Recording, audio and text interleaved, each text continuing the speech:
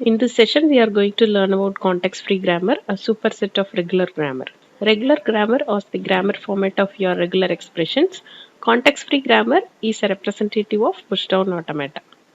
Do you follow any structure in writing statements in English? Yes, of course. Even though we have thousands, lakhs, millions of words in English, it's an understood fact that not the words cannot be combined as we want. Okay, it should follow a specific structure to be grammatically correct. One sample structure is subject plus verb plus object. The laptop is on the table. There are varieties of grammatical formats of this type. Whatever statements we write in English has to adhere to any one of such pattern to be the proper sentence in English. Okay. Likewise, the programming language also follows some syntactic format, and that's what we call it as syntax of the statements. In English, we say the structure of the format to be grammar, and here in programming language, we say the structure of the format to be syntax. Every type of statement has to have a separate syntax. For example, if I am writing in C language, if I have to get input from the user, you have scanf followed by double quotes that format string, comma, where the address, that is the value, has to be stored, followed by a semicolon. In Python, if you want to get input of whatever contents that you want to get displayed onto the screen, enter the value of a. Okay, rightwise, depending on the programming language and depending on the type of statement you have, there will be a separate syntax, and whatever the developers write has to adhere to those syntax. And how do the computer know what kind of syntax is it? So that is by using the grammar format called context free grammar. It finds its relevance in most of the places, particularly in compiler design, where the syntax of each and every statement has to be verified to the defined syntax. Some sample syntax we could see: sum is equal to a plus b, an arithmetic statement. Again, one arithmetic statement. Then we have an if else statement, while statement. Any statement, if you take, it goes it's with its own syntax, and all the statements that we write in C program has to adhere to any of these formats. And hence, let us formally define what a context free grammar is. CFG is actually a 4 tuple which contains V, or otherwise called as NT, non-terminal. Okay, so it is a set of non-terminals, finite set of non-terminal, otherwise called as variables. Variables are non-terminals. Next comes the set of terminals. Then we have the set of productions. Then there is a start symbol. So without start symbol, you cannot identify from where the system should start, and hence we need a start symbol. Non-terminal or variable is nothing but, as the name implies, they are not non-terminals, okay, which won't terminate at a particular point, meaning that it can be expanded.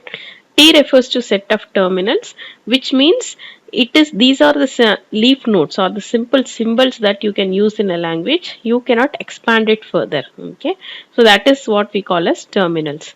Then productions, it defines, or it is the set of rules that state how a particular non-terminal has to be expanded. In the upcoming slides, we'll explain all these things with an example. Now coming to standard notation of how to understand which is a non-terminal and a terminal. Generally, variables or non-terminal will be represented by capital alphabets. Then terminals will be represented by small alphabets, numbers, and all punctuation symbols other than capital letters or other than the non-terminals will form the terminal set. The start symbol, the first non-terminal on left side of first production. If you have listed out 10 number of productions, whatever be the non-terminal on to the left side of first production has to be assumed as the start symbol.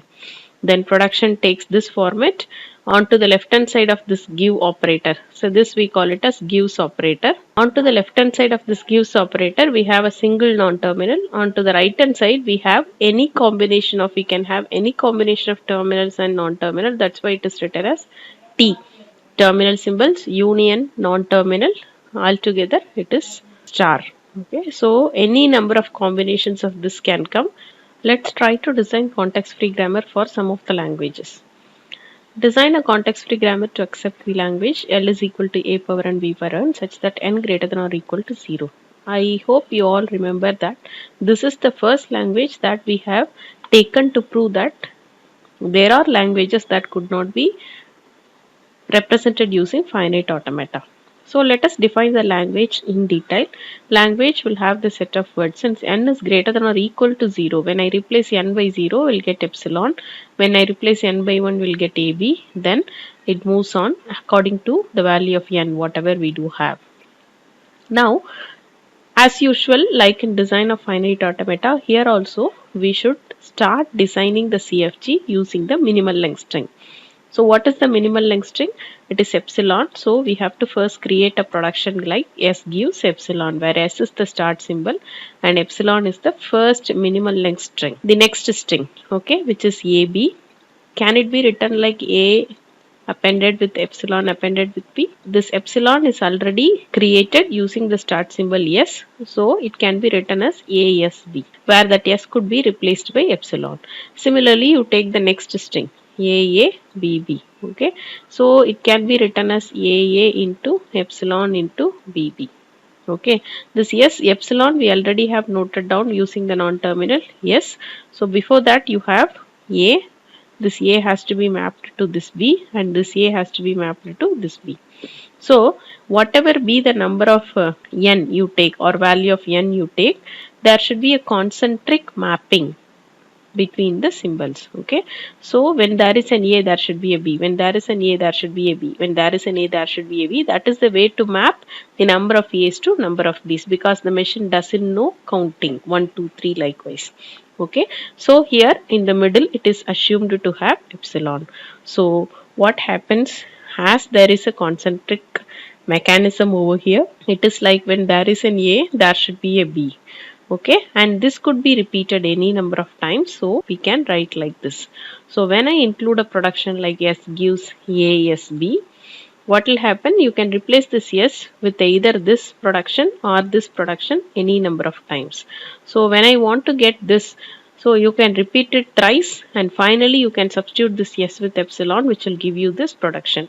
So this is what is the grammar that is used to define this language A power n B power n such that n greater than or equal to 0. Suppose that if n is greater than 0 is given, okay, so if the string or if the language doesn't have epsilon, so what will be the minimal length string we have to use? S gives AB. Then also if you take AB, okay, prefixed with A, suffixed with B, so S gives ASB.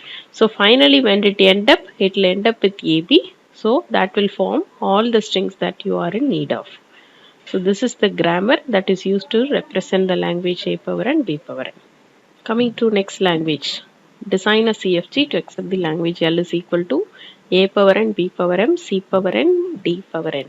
The language goes like this. Since both m and n can be greater than or equal to 0, we will be left out with epsilon. When m is equal to 0, AD is the string. When n is equal to 0, BC is the string. And you can have any combination of string in order A, B, C, D, and by enforcing the condition that number of B should be equivalent to number of C's and number of A should be equivalent to number of D's. Automatically it's a known fact that S gives epsilon will be included. So let us check what needs to be mapped. This B's needs to be mapped onto C. When there exists a B, there should be a C. When there exists a B, there should be a C. When there exists a B, there should be a C. And once it is over, when there is an A, it has to be mapped onto D and the same follows. Again, you can see the concentric pattern over here. In between, it is assumed to have epsilon. So while writing the context-free grammar to represent the languages of this format, it should be made clear that there are two phases. One is for every A, there should be an equivalent D.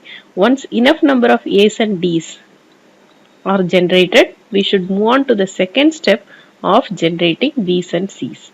Okay, so this B's and C's can be generated any number of times, but that should come only in between. The order of this should be preserved. A should be followed by B, followed by C, followed by D. That should be preserved. Let us see how to do that. Let us start with the start symbol. Since epsilon is a mandatory component, so we can give S gives epsilon to generate the minimal length string epsilon. The first occurrence, what will come on the input first? A's. So and hence A's and its appropriate D has to be generated any number of times, right? So when you write this production, this S could be replaced with this ASD or epsilon as and when you require. Let's say if you want to generate this, so this could be repeated 2 times. ASD, again AS could be represented or replaced by ASD. So 2 A's, 2 D's will be there followed by S. Finally, if you want to make m to be 0, m is equal to 0 means you may use this epsilon for that. Or else if you want to generate these B's and C's, right, you have to introduce a new non-terminal A.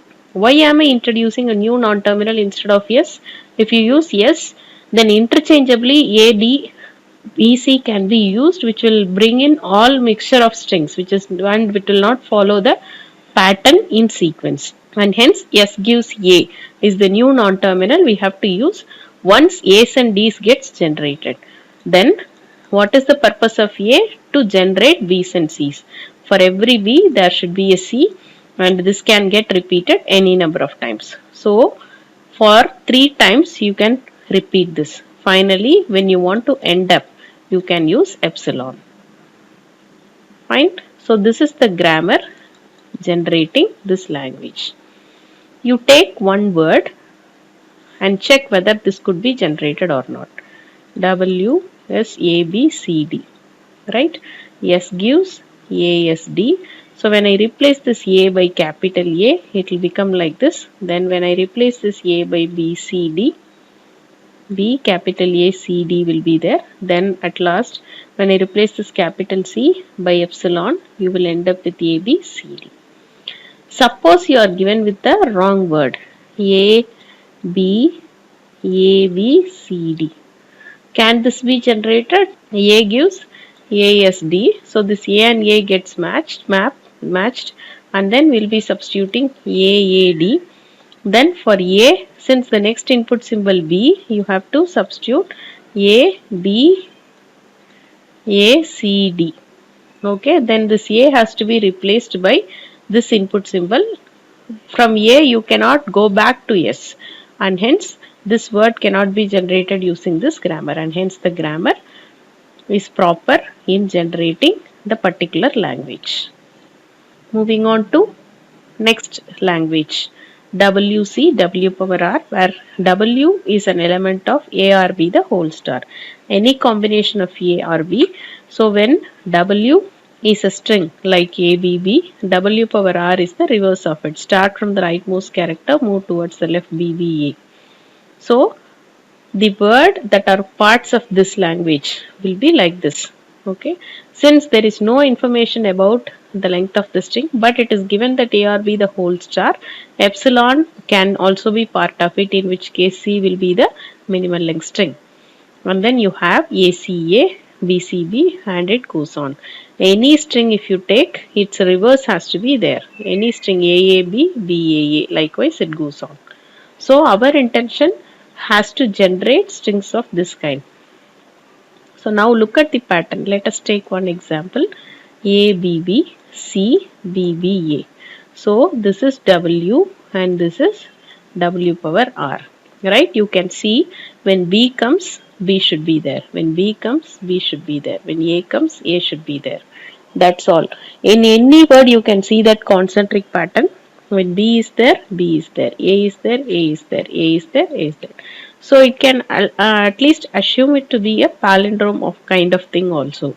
From left to right and from right to left, if you see, the word is same and it generates all palindromes of A and B. Now how to write? S gives the minimal length string C. That's it. Then when A comes, what is expected? A. Okay, this could be repeated any number of times. When B comes, what is expected on to the right? It is again B. That's it. You can generate any string. Finally, when you want to end up, you can have C. So there is no order in A's and B's. Okay, and hence we have used a single non-terminal. You can use it interchangeably. Fine. Okay, so this is the grammar that will generate all strings that will follow palindrome.